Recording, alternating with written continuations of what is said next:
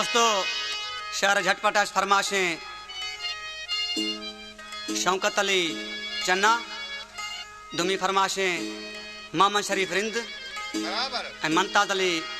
गाजानी शहर पंवारा फरमाशें शौकत अली गाजानी सईद अहमद गाजानी मीर मोहम्मद गाजानी आशिक दी थो अदी महबूब फैज खान छिया जगह छिया कुछ नहीं था थखंद खथो मां गिरिया थखंद वाकई सही महबूब कंदी थखंद खथो मां गिरिया दस थांगो भला मां बरवा मई अष्ट सवा न सरगे दिल गणतिया मो गरगे थखंद खथो मां गिरिया वो अल्लाह थखंद खंद खथो मां गिरिया मई अष्ट सवा न सरगे दिल गणतिया मो गरगे थखंद खथो मां गिरिया वो अल्लाह थखंद। हमारे YouTube चैनल पंगवानी टीवी को सब्सक्राइब करें और बेल आइकन को दबाएं ताकि हर न्यू वीडियो आप तक पहुंच सके।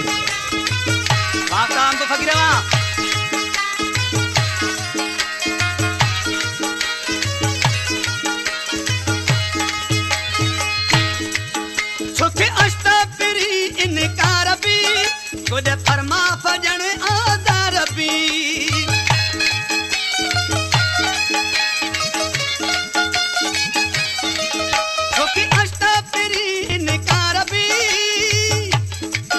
गुड फरमा फजण आदार भी अला गुड फरमा फजण आदार भी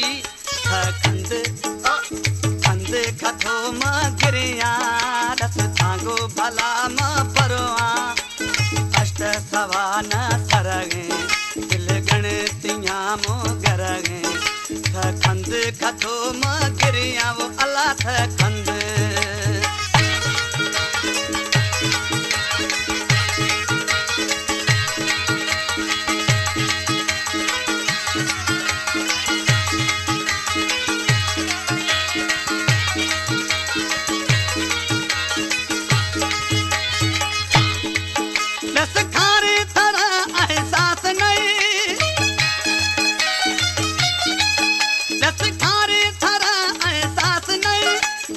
आशिकानी तो क्यास नहीं अल्लाह थरा आशिकानी से क्यास नहीं आशिकानी से क्यास नहीं खंद खंद खथो मां गिरिया खंद खथो मां गिरिया दस थांगो भला मां परवा मई अष्ट सवा न सरगे दिल गणतिया मो गरगे खंद खथो मां गिरिया वो अल्लाह खंद। हमारे YouTube चैनल पंगवानी टीवी को सब्सक्राइब करें और बेल आइकन को दबाएं ताकि हर न्यू वीडियो आप तक पहुंच सके।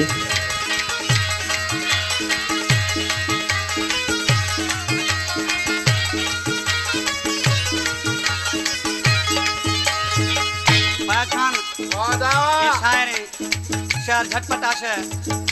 अली दोस्त भुगती में शागिर्द वाह सही वाह अली दोस्त दी थोड़ी महबूब छिया जगह छिया कुछ नहीं किंत अली दोस्त मजबूरियां गुड भुगती आशा दूरियां अल्लाह गुड भुगती आशा दूरियां